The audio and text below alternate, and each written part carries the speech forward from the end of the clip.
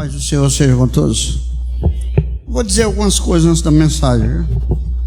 Primeiramente, nós estamos aqui, já não somos uma multidão, e estamos mesmo porque tem alguns irmãos viajando, viu? Não fiquem tristes, não. E eu quero dar uma boa notícia para vocês, que dia de quarta-feira agora, quando está tendo mais gente, 7h30 da noite, o culto de oração. Já na 3, né? Foram 3 quartas. Todas 3, mais gente do que no culto. Porque na escola bíblica do que no culto. De domingo ninguém nem fala, né? E ontem eu tive a sorte, chamando de sorte, de passar o dia no culto fúnebre, num cerimonial fúnebre, momentos fúnebres. Tinha gente até que disse: até que hora o Senhor vai celebrar as exéquias? Tem gente mais chique, mais erudita, que chama as exéquias. Sabiam, né, que o culto fúnebre, sepultamento, envolvendo sepultamento e tudo, é chamado de exéquias, né, também, né? Aí, muito bem, aí tinha dezenas de pessoas. Por incrível que pareça, irmãos, os cultos onde eu tenho pregado, que tem mais gente, tem sido nos cultos fúnebres. E aí, numa certa altura das pregações, das reflexões, das considerações, eu cheguei a dizer, né, que Deus já tinha me permitido celebrar vários momentos daqueles. Eu tinha estado presente em muitos, que foi o culto fúnebre da irmã Marieta, né?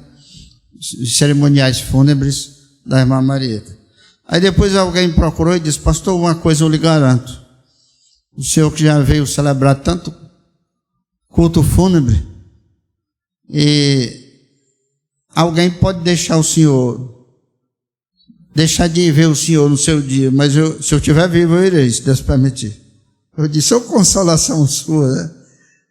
Se Deus quiser, no dia que o senhor morrer, se eu estiver vivo, farei tudo para estar presente. Bem, Deus sabe o valor que terá isso, né? Irmãos, o assunto que nós vamos falar hoje será mais um tópico de uma série que nós iniciamos no canal e suspendemos porque mudou os nossos dias de gravação, que agora estão sendo gravadas as mensagens do culto de sábado à noite. A gente gravava quarta-feira e era lançado sábado pela manhã. Agora está sendo gravado aqui sábado à noite e lançado domingo, geralmente, na parte da manhã. Então nós pedimos até desculpa aos nossos internautas, né, de ter feito essa mudança e de não termos avisado antes, porque não foi possível. Mas o importante é que a palavra de Deus chegará lá. E o tema dessa série é a maior expectativa do verdadeiro cristão. E eu convido a vocês para abrirmos lá em 2 Tessalonicenses capítulo 2. O tópico específico de hoje é: Jesus voltará. Jesus voltará. O tema, né, do tópico da série específica de hoje: Jesus voltará. Então a maior expectativa do cristão é essa. Porque provavelmente na próxima mensagem nós iremos falar o seguinte: em que a volta de Jesus afetará a história da humanidade. Mas hoje Jesus voltará. E antes que falemos do assunto, nós vamos ler 2 Tessalonicenses capítulo 2. Começa a partir do versículo 1. Amém? Vamos procurando aí.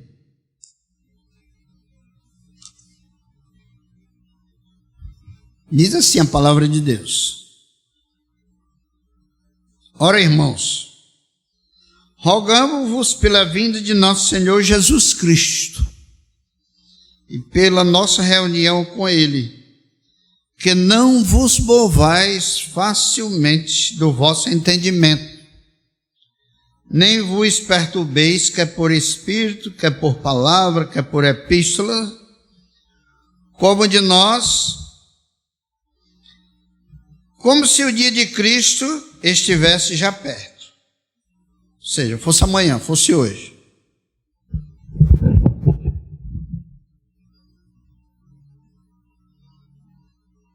Ninguém de maneira alguma vos engane, porque não será assim, não acontecerá esse dia de Cristo, sem que antes venha a apostasia e se manifeste o homem do pecado, o filho da perdição,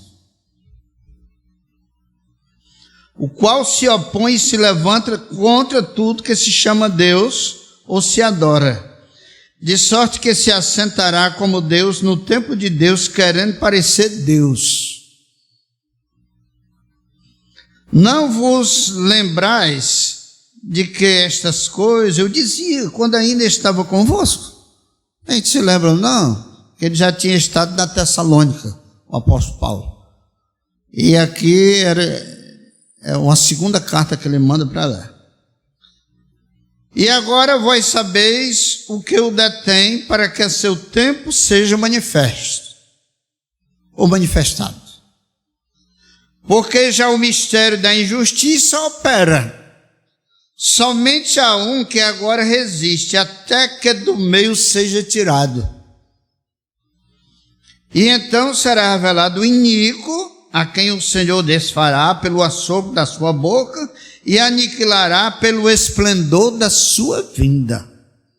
É tremendo, viu? Esse texto, essas informações do apóstolo Paulo. A esse cuja vinda, segundo a eficácia de Satanás, com todo o poder, sinais e prodígios de mentira. Olha só, atenta só para cada detalhe. E com todo o engano da injustiça para os que perecem, porque não recebem o amor da verdade para se salvarem. E por isso Deus lhes enviará a operação do erro, para que creiam na mentira, para que sejam julgados todos os que não creram na verdade, antes tiveram prazer na iniquidade. Mas devemos sempre dar graças a Deus por vós, irmãos amados do Senhor, por vos ter Deus elegido desde o princípio para a salvação. Eu, particularmente, dou graças a Deus por ter elegido cada um de vocês desde o princípio para a salvação. Amém?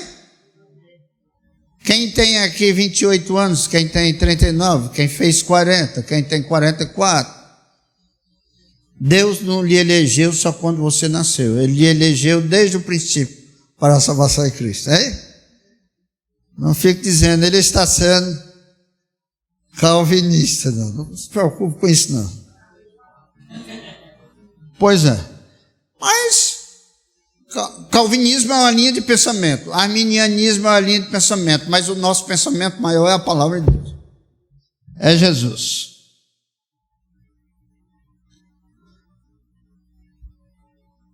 Para que, pelo nosso evangelho, vos chamou para alcançardes a glória de nosso Senhor Jesus Cristo. Irmãos, cá no versículo, eu estou dando essa parada, fazendo esses comentários, porque esse texto é tão rico que me inquieta, só ler sem falar nada. Versículo 15. Então, irmãos, estai firmes e retendes as tradições que vos foram ensinadas, seja por palavra, seja por epístola nossa. As boas tradições. Tradição não quer dizer que não é verdade, não. A tradição que a Bíblia fala é aquele ensino que vem oralmente, de ouvido para ouvido, de boca para boca, de boca para ouvido, de ouvido para ouvido, entendeu? Vem oralmente, não foi escrito no documento, não é o folclore, não. E o versículo 16: e o próprio nosso Senhor Jesus Cristo, e nosso Deus e Pai, que nos amou e em graça nos deu uma eterna consolação e boa esperança, console o vosso coração e vos conforte em toda a boa palavra e obra. Interessante, aqui tem o versículo 17 no final, diz: console e conforte. Quando, por ocasião da pandemia, o diácono Romulo me convidou, se ofereceu para abrir o canal e a gente ficar gravando vídeos, mensagens, colocando no nosso canal da igreja, no YouTube. Esse foi o nosso slogan das mensagens, que fosse para consolação e conforto para todas as pessoas de fé e os que estavam vindo a crer por ocasião da grande tribulação da pandemia do coronavírus. Eu não estou dizendo que a pandemia do coronavírus foi a grande tribulação escatológica, não. Eu estou dizendo que foi uma grande tribulação. Foi uma filha da grande tribulação. E eu chamei de grande porque foi grande. Fez a gente derramar várias lágrimas. Então, essa série que nós começamos sobre a maior expectativa do verdadeiro cristão, eu comecei porque uma irmã me fez um pedido. Muitas vezes os pregadores, eles oram, pedem a Deus o que deve falar para a igreja, mas às vezes a gente ouve um irmão: pastor, a igreja está precisando de ouvir sobre isso. Pastor, vocês que agora estão pregando pela internet, está precisando de pregar sobre isso, porque alguém está precisando de ouvir sobre isso. Aí alguém diz: mas o pastor agora vai ficar pregando, atendendo o pedido dos outros? Se for um pedido justo e cabível, não tem problema. Ele não pode passar a atender um pedido como o seguinte: pastor, deixa eu falar da palavra de Deus. Eu tenho um livro de ilustração lá em casa que são tão bons, não precisa nem pregar a palavra de Deus. Prega aquelas ilustrações que tem. Esse daí a gente não pode atender, não. Seria loucura, né?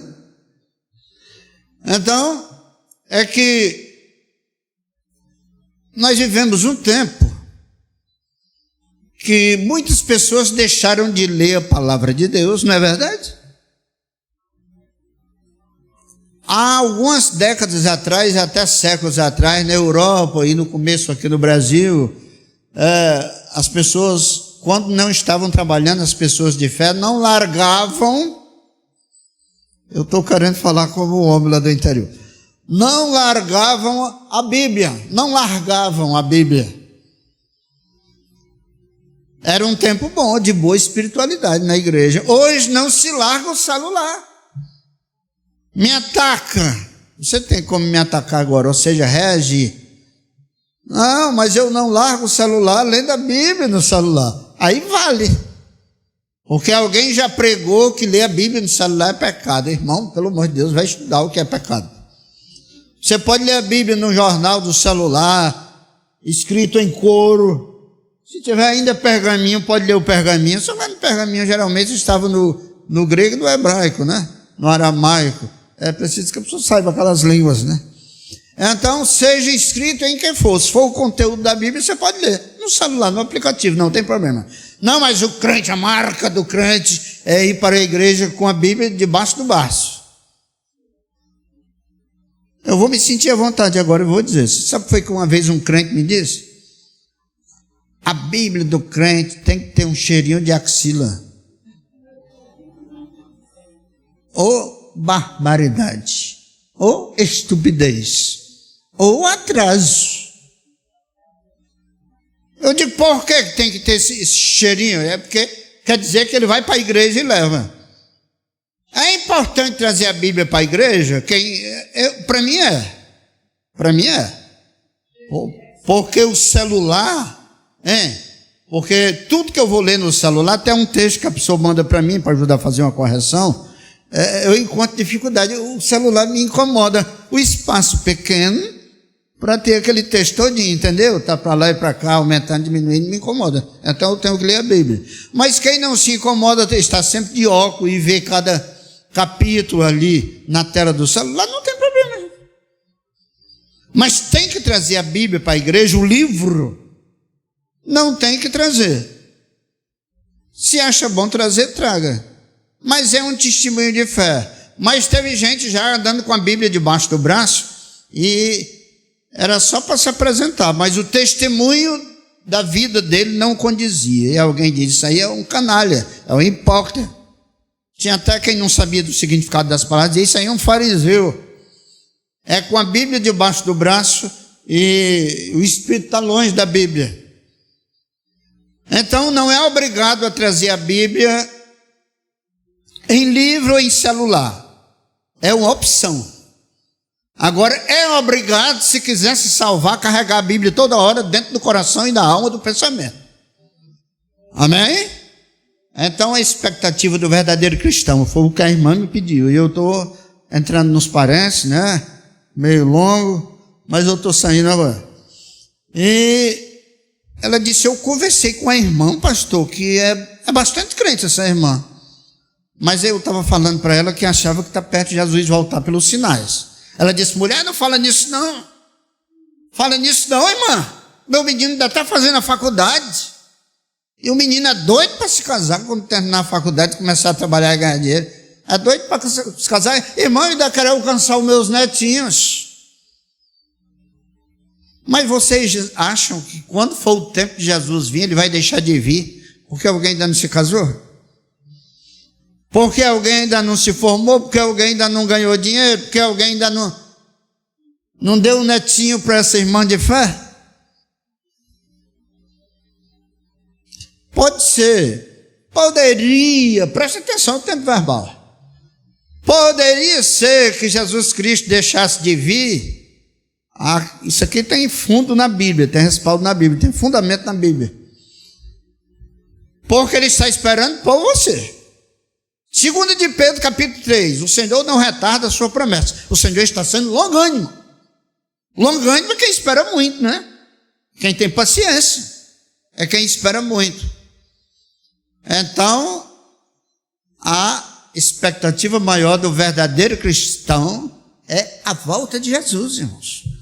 Porque todos os anelos são os grandes desejos, os grandes projetos a serem realizados do ser humano, o projeto dos projetos, o projeto excelente, é ver a face do nosso Redentor, ver a face do nosso Salvador, vindo em poder e grande glória, para levar a igreja e enxugar toda lágrima.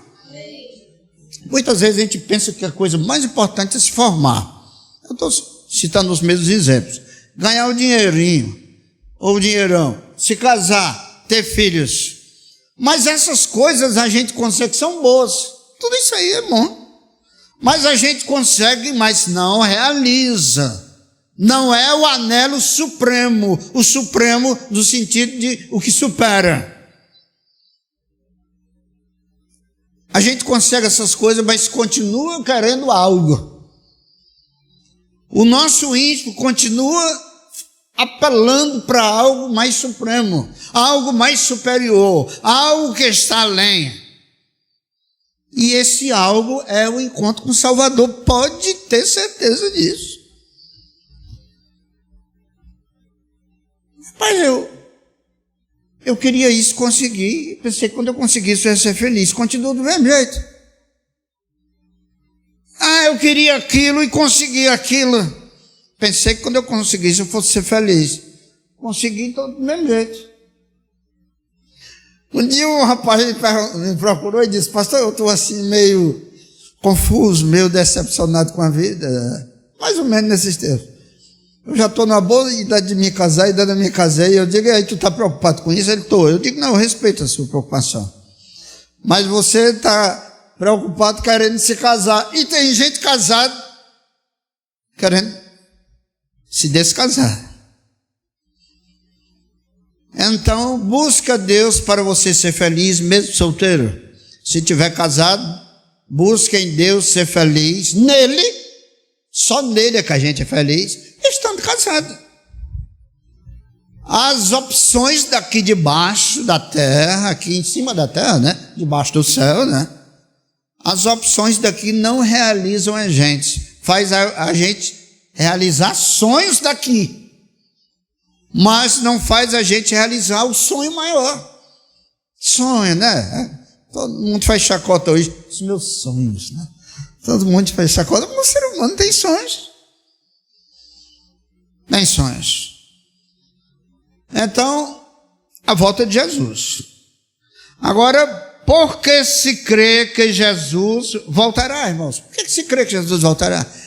Vocês ainda creem nisso? Vocês sabem o que foi que eu ouvi no dia desse? Um louco pregando no YouTube, dizendo que a igreja tem que rever os seus conceitos, as suas convicções de fé, até os seus valores. Um pregador. Porque nós vivemos em outros tempos e tem que ver mesmo se Jesus vai voltar. Se isso é literal, se não é a paz que ele trouxe no tempo que ele veio, ele vai trazer de novo, assim, tipo um vento soprado nas nuvens. Se não é isso que ele quis dizer, se a igreja não interpretou mal, acho que ele não vai voltar mais não, é porque não entenderam. A igreja creu, Jesus Cristo falou, os apóstolos compreenderam e sempre creram que Jesus vai voltar nas nuvens do céu com poder e grande glória, literalmente. Por exemplo, uma grande paz na terra, uma grande alegria na terra, uma grande felicidade na terra, um grande espírito de justiça. É alguém, o que está vendo na terra? A terra está tão boa atualmente, ultimamente está tão boa, que foi Jesus que voltou. A volta não vai ser assim não.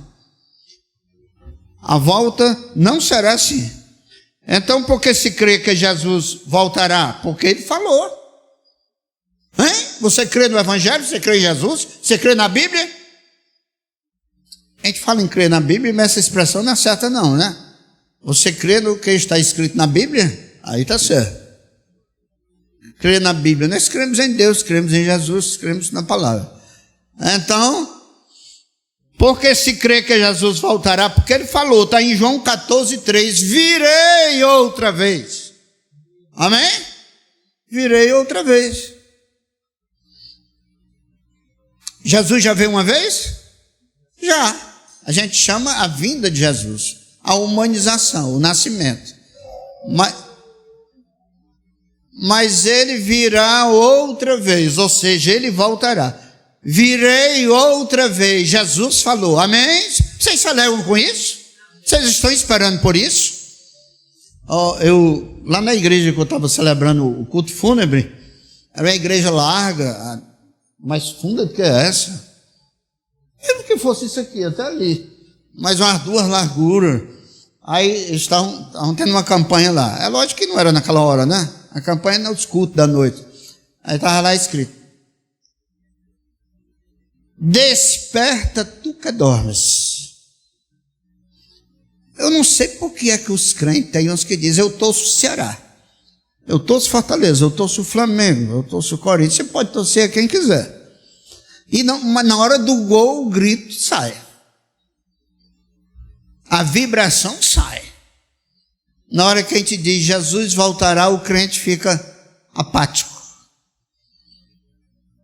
Não sai um amém, não sai um glória a Deus, não sai um aleluia. Isso sim, merecia um glória a Deus, um aleluia. Não estou dizendo que fica gritando horas e horas, não. Então, ele voltará. Os apóstolos creram nisso. Como é que a gente sabe que os apóstolos creram que Jesus voltará?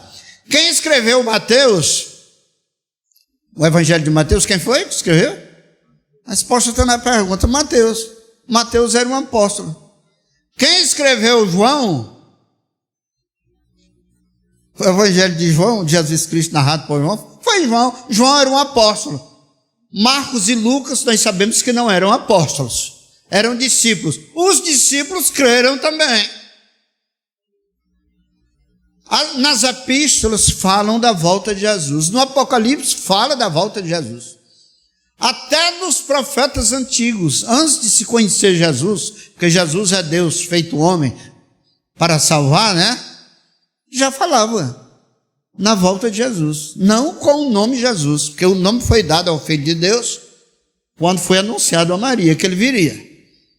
Então é por isso que se crê. Agora, os anjos testemunharam, até os anjos testemunharam que Jesus Cristo voltará. Quando Jesus Cristo foi assento aos céus, assento elevado com força própria, não é assento de sentar, não. É assento de ascensão. Está lá em Atos capítulo 1. Ele subiu na nuvem, os discípulos ficaram olhando, os apóstolos ficaram olhando, admirados, glorificados, digamos assim, até um certo ponto preocupados, saudosos, porque o mestre amado estava indo. Aí Jesus desapareceu nas nuvens, os céus o receberam, e vieram 2 varões vestidos de branco, dizendo: varões galileus, por que vocês ficam olhando para cima? Por que vocês estão assim? A Bíblia não descreve como era que eles estavam psicologicamente, né, emocionalmente. Disseram como era que eles estavam fisicamente, que era olhando para cima, né? Mas os anjos sabiam como era que eles estavam. Por que vocês estão assim? Esse Jesus que agora foi assento aos céus, do mesmo modo que vocês viram ele subir, do mesmo modo ele voltará. Amém? Bendito seja Deus. Bendito seja Deus. Ele voltará. E ele subiu numa nuvem. Quando ele voltar, ele vai voltar também nas nuvens com poder e grande glória. Os reis têm as suas carruagens, né? Seus carros móveis. Jesus não tem. Andou montado no jumento. A única coisa que eu me pareço com Jesus, que eu nunca tive carro, nem bicicleta. Nem carro, nem bicicleta, nem moto. E nem jumento. Mas Jesus também não teve jumento para andar montado. Foi emprestado. A única coisa que eu me pareço mais com Jesus é isso. Isso é só uma brincadeira, viu, irmãos? Então, do modo que vocês viram ele subir, ele voltará. Agora, quando ele virá, é isso que o apóstolo Paulo, os irmãos que chegaram depois, a gente leu no começo, 2 aos Tessalonicenses, capítulo 2, tem gente que diz que ele vai voltar já já. No tempo que o apóstolo Paulo fundou a igreja lá da Tessalônica, e que esteve com eles, e que depois escreveu uma carta, e que depois escreveu a segunda, tinha gente dizendo que Jesus ia voltar naqueles dias. Muitos que foram contemporâneos de Jesus pensavam que ele ia voltar naqueles dias. Só que aquele povo, alguns deles estavam com maldade. Sabe qual era a maldade? Querendo ficar sem trabalhar. Porque todo mundo vendia o que tinha para colocar aos pés dos apóstolos, né? A igreja passou a ter recursos. Aí, não, vamos comer isso que tem. Ele vai voltar, não precisa mais trabalhar, não. Aí Jesus começou a demorar uns dias e muitos se tornaram fofoqueiros. Não está escrito na Bíblia desse jeito, não. Mas começaram a se ocupar com as coisas alheias. Uma tradução mais atualizada diz, com a vida alheia. E quem se preocupa com a vida alheia, o que é? Não é fofoqueiro, não? Pois é. Aí então, quando ele vai vir? Não se sabe. Em Mateus 24, 36, também Marcos fala sobre isso, os evangelhos falam sobre isso, João não fala não. Diz que quanto a esse dia, naquele dia, naquela hora que perguntaram a ele quando seria, naquele dia e naquela hora ele disse, quanto a esse dia, eu não sei, nem os anjos sabem, só meu Pai que está nos céus. Vocês acreditam que eu creio que hoje Jesus já sabe o dia que vai voltar? Naquele momento que Jesus Cristo disse que não sabia, naquele momento foi um momento que se manifestou nele a sua humanidade, que o humano não sabe quando os propósitos do reino de Deus vão se concretizar, não sabe. Mas quando ele ressuscitou, ele enviando os seus apóstolos, ele chegou a dizer, agora eu recebi todo o poder no céu e na terra. Recebeu todo o poder. Então quem recebeu todo o poder, ele disse isso depois da ressurreição. Agora tem o poder de saber quando vai voltar. Eu entendo assim. Isso aqui é um entendimento meu, viu? Agora, como ele virá? Vocês conhecem aí aquela teoria, diz que ia um avião e de repente o avião caiu. Porque o pessoal da tripulação pessoal que fica lá na cabine, né? Quem não souber, que é o pessoal da tripulação. Os pilotos, piloto, copiloto. E outros profissionais que possam ter, que eu não sou técnico nisso aí. De repente desapareceram. Aí uma mulher sentada ali, lendo a Bíblia com o menino na mão, a mulher desapareceu e o menino dentro do avião. E um homem dirigindo o carro, e o carro virou, pulou lá da ponte, porque o homem foi arrebatado. Aí lá numa maternidade, muitas pessoas, crianças foram raptadas. Mulheres desapareceram, médicos, outros ficaram chorando, porque aquele povo desapareceu. Um espetáculo do mundo, um absurdo, uma tragédia. Muita gente foi raptada. Foi o Senhor que veio e buscou a igreja. Isso aí foi uma visão que alguém teve e escreveu um livreto, publicaram. E baseado nisso aí se fez aquele hino. Muito breve vai se ouvir uma notícia que um povo desapareceu. Aí depois diz, onde está aquele povo barulhento? Onde está que não se vê? Não, irmão, tenha paciência, viu, irmão? Eu chego já lá na verdade. Aí diz, e alguém com voz de lamento vai dizer nesse momento, aquele povo foi embora para Sião. Esse hino é bonito ou não? É bonito. Mas não está de acordo com a Bíblia. Como ele virá? Ele virá, Apocalipse 1:7. Ele virá com poder e grande glória, todo olho verá, viu, irmãs? Vocês pensaram que eu ia crer nesse negócio aí? Hein, Vandiviana? A senhora pensava que eu ia crer nisso aí? Eu vi o olhar dela, que ela gosta de estudar esses assuntos. Pensava que eu ia crer nisso aí? Não! Quando Jesus Cristo vier, não se vai fazer jornal depois para noticiar. E atenção, a Globo aí, né? Aquela plantão, né? Muito bem, obrigado. E atenção, muito atenção. Uma grande notícia: um povo desapareceu da França, outros do Brasil, outros do Chile, outros da Austrália, outros do Alasca. O seu é coisa de geografia. Outros lá do Oriente Médio. Jesus voltou. Nunca vai acontecer isso. Porque o fato que acontece, que todo mundo vê, precisa de alguém noticiar? Hein? Por que se botou notícia no jornal? Porque tem alguém que não está sabendo. Mas quando todo mundo está sabendo, não se bota no jornal. Digamos que está todo mundo dessa igreja aqui. Faz muito tempo que a gente não vê, né? Todo mundo que diz que é daqui aqui. Aí acontece uma coisa para todo mundo ver, e depois João, aconteceu isso. Ele, pastor, eu não estava lá. Ele vai pensar que eu estou maluco. Tá? Então aquilo que acontece para todo mundo ver, não se noticia. Eu acho isso bonito. Mas o conteúdo bíblico, teológico dele, não é de acordo com a Bíblia. Então eu não canto. Pastor, eu canto aquele hino para mim na igreja, eu não vou cantar não, quando eu cantar mentira. Eu não vou cantar mentira. Apocalipse diz que ele virá, todo olho verá, até os que o transpassaram. Alguém diz, o pastor está pregando aquilo que os pastores pregavam há tempo atrás. Ninguém sabia, eles ensinavam, hoje não precisa mais pregar isso aí. Se eu disser a vocês que essas verdades da Bíblia, de tempo em tempo a gente tem que pregar, porque o povo vai esquecendo, aí vão surgindo ensinos diferentes, ensinos heréticos, né? Contrários à sã doutrina, à sã palavra. E se a verdade não for pregada sempre, as pessoas vão esquecendo e vão crendo na mentira.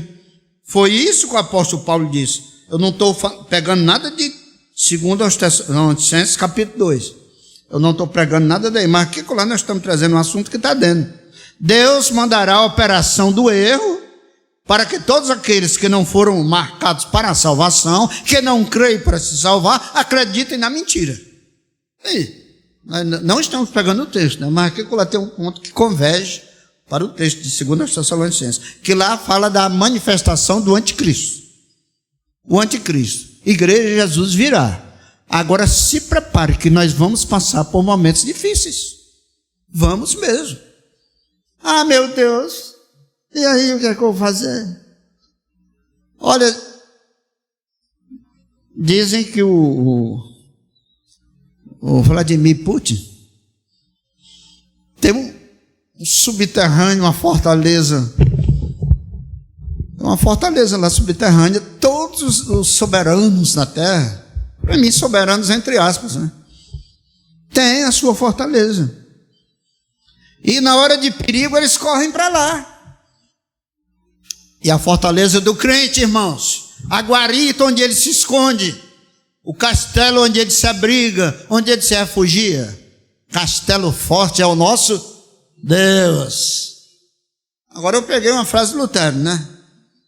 Mas o salmista diz no Salmo 91, aquele que habita no esconderijo do Altíssimo, à sombra do Senhor descansará. Pode acontecer o que acontecer, quem estiver em Deus será guardado. Não, mas se eu for martirizado, se você for martirizado, quando Jesus Cristo voltar, você será glorificado. Não se preocupa, não se preocupa. Se você permanecer firme, naquela hora você receberá uma unção tal que seja necessária para aquele momento. Olha, quando o Estevão estava sendo apedrejado, irmãos, vocês sabiam que podia parar o apedrejamento? Vocês sabiam? Vocês sabiam que o apóstolo Paulo morreu porque não negou Jesus?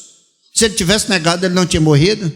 Estevão, voltando para Estevão, que foi o primeiro mártir, se ele tivesse negado Jesus, ele não tinha sido apedrejado, não. Mas ele não negou. Aí, quando ele, antes dele morrer, ele viu o céu aberto e o Filho de Deus à direita do Pai. Uma vez alguém me perguntou, essa pessoa até está aqui, essa pessoa era adolescente nesse tempo. Pastor, que coragem era essa que aqueles mártires tinham, que eram martirizados e não negavam a fé? O que era que fazia eles terem essa coragem? Era a unção que Deus dá a quem permanece na fé, a quem permanece na palavra. Seja a prova que for, seja o momento difícil que for, Deus dará uma unção com um tal peso, com um peso equivalente. Bendito seja Deus. Quem vai para a guerra, tem algumas nações que é assim. Vocês sabem que quem é convocado para uma guerra, se negar aí, o negócio fica muito sério para ele. A condição dele dentro da sua pátria fica muito séria, né? Isso aí tem que conhecer bastante das leis que se referem a isso aí. Ele passa a ser brecado dele vários direitos. Se torna uma pessoa mal vista pelo governo, pelas leis do país. Uma pessoa traidora, uma pessoa que não ama a pátria, etc. E baseado nisso aí, tem nação que não manda uma pessoa medrosa para a guerra. Tem nação que não manda, porque ele só vai atrapalhar. É aquela guerra de campo de batalha. Hoje não é mais assim, né? Em Israel também era assim. E os medrosos não irão. Procure isso no Google. Onde está escrito na Bíblia que o medroso não devia ir para a guerra? Lá no Google. Vai dizer capítulo e versículo. Eu agora estou sendo o maior advogador do Google. para esses fins. Então, voltando ao assunto, Jesus virá nas nuvens do céu com poder e grande glória. Aí, esse pessoal que pregou essa mentira aí, do arrebatamento secreto, eles se basearam desinformadamente, ignorantemente, em 1 Tessalonicenses 5:2, que Jesus Cristo virá como o ladrão. A Bíblia ali não chama Jesus de ladrão. Ele virá como o ladrão. Em que sentido? O ladrão não avisa ninguém quando vai roubar, porque senão o dono não vai deixar ele roubar, né? É só nesse sentido que Jesus não vai botar uma frase lá no céu: ei, eu vou voltar amanhã, não vai sair umas letras bem grandes lá no céu dizendo isso, não. Mas Jesus Cristo, o apóstolo Paulo disse que Jesus virá como o ladrão, nesse sentido. Mas eu me atrevo a dizer que Jesus foi muito misericordioso, o Pai é misericordioso, ele não vai dizer eu venho amanhã, ou depois da manhã, ou no dia 30 desse mês, ou no dia 20. Mas ele deu os sinais. Deu os sinais. É a mesma coisa que dizer, observa as placas, quando tu vai chegar na cidade, está indo para uma cidade. Bem longe, Natal, Pessoa, Recife, pega as BR. Geralmente nas BR, quem vai de capital para capital é até mais fácil, não é, irmão Romulo? Porque quem vai para outra cidade que sai de uma BR, entra numa CE, né, irmão Ivo, sabe disso, né? Mas tem que ver as placas. Então olhe para os sinais e saiba que já a igreja já está perto de chegar na Jerusalém celestial. Bendito seja Deus. Eu vibro quando digo essas coisas, porque é tremendo. É tremendo, é uma promessa de Deus. Então ele virá como o ladrão. Aí eles, os líderes dessas igrejas, no começo, tem pessoas já revendo. Tem teólogos dessas igrejas já revendo essa forma deles crer. Não, Jesus não disse que vem do mesmo jeito do ladrão. Ele virá como o ladrão. Porque o ladrão vem fazer o quê? Roubar. Jesus vem roubar a igreja? Não, a igreja é dele. Ele vem buscar o que é seu. Pelo contrário, todo o trabalho de Jesus foi adverso ao trabalho do ladrão, do diabo. Olha, o ladrão, João 10:10, o ladrão só vem roubar, matar e destruir. Jesus não veio roubar, veio restituir.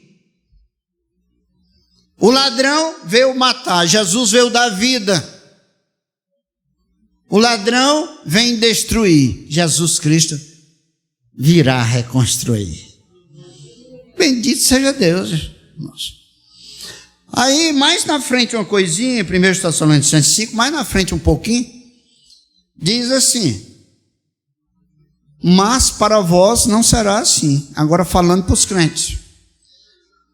Jesus Cristo vai vir como o ladrão para quem não atenta para a palavra de Deus. Para quem não está ligado na palavra de Deus. Porque quem está ligado, mais uma vez eu repito, tem os sinais. Ele diz, para vós não será assim. Assim como? Ele não virá como ladrão. Você já estava esperando. Bendito seja o Senhor. Você já estava esperando. Agora, para que ele virá? No começo eu disse que ele virá. João 14:3. Virei outra vez. E agora diz para quê? No mesmo versículo, a segunda parte. Virei outra vez e vos levarei, para que onde eu estou, vocês também estejam. Bendito seja Deus. Essa é a maior expectativa do verdadeiro cristão. A maior expectativa do falso cristão é crer na teologia da prosperidade. Falei abertamente. Prosperidade é coisa ruim? Não. Quando você lê a Bíblia, vai aprendendo, vai se desenvolvendo, isso é um tipo de prosperidade, prosperidade espiritual. Quando você estuda, se forma, passa a ganhar um dinheirinho, compra casa, isso é uma prosperidade boa. Mas buscar Deus pensando em receber bens materiais, não. Isso não é de um verdadeiro cristão.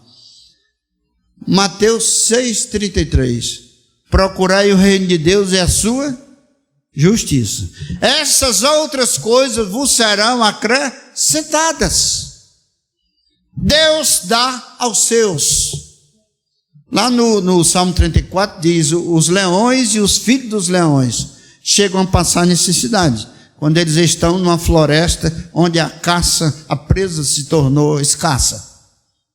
Eles passam necessidade nessa ocasião, né? Diz, o leão e os filhos dos leões passam necessidade. Mas os que temem ao Senhor, os que são do Senhor, não chegarão a passar necessidade. Pode faltar alguma coisa que Ele quer, mas o essencial Deus não deixa faltar, porque Deus cuida de nós. Amém? Então é o seguinte, quem é aqui que vive acompanhando, eu não aconselho vocês a fazer isso não, mas eu faço. Não vou dizer que é bom não, é bom só se informar. Vive acompanhando o cenário do mundo, o cenário que se refere à guerra, paz. as notícias lá do Oriente Médio. Irmãos, a terra, mais uma vez, está um campo minado. Quem não souber um campo minado é um terreno onde está cheio de explosivos dentro da terra. Qualquer hora pode explodir ali. Qualquer hora nós podemos ser surpreendidos com coisas absurdas. Então, onde é que deve estar a nossa segurança, a nossa esperança, a nossa maior expectativa? Já disse hoje à noite. No Senhor. Esteja com o seu olhar, o seu pensamento, o seu coração voltado para o Senhor, e aí tudo dará certo. Aconteça o que acontecer, você será guardado pelo Senhor. Amém? Eu vou encerrar por aqui, porque eu já falei muito. Eu não gosto de pregar falando muito, não. Só sou chamado para dar uma palestra num canto, ou falar sobre um assunto desse escatológico, e o assunto for só esse, só um estudo, aí eu posso falar muito, mas no culto eu não gosto de falar muito. Então, que Deus em Cristo Jesus nos abençoe, e eu convido a igreja de pé para nós orarmos, em nome de Jesus.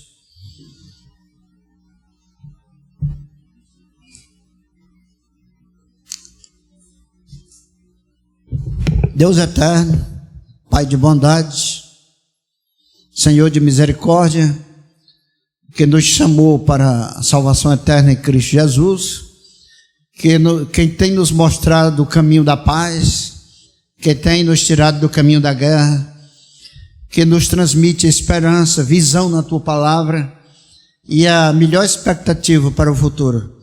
É a Ti que nós nos dirigimos. E muito do que foi falado nós precisamos absorver para que estejamos firmes, estejamos seguros, não nos entreguemos ao temor, mas a confiar em Ti, que em breve o Senhor virá buscar a Tua igreja. Então, nesse momento, nós nos entregamos a Ti, mais uma vez, e entregamos também os nossos propósitos, os nossos temores, a nossa vida, a nossa fé, o nosso amor, também aquelas pessoas por quem nós oramos, que sejam todos guardados por Ti, que as enfermidades sejam curadas, que os desânimos se transformem em ânimo, em alegria, a tristeza se transforme em alegria, e sejamos vitoriosos em Ti, para a honra e para a glória do Teu nome. Nós pedimos essas bênçãos e vos agradecemos, em nome de Jesus.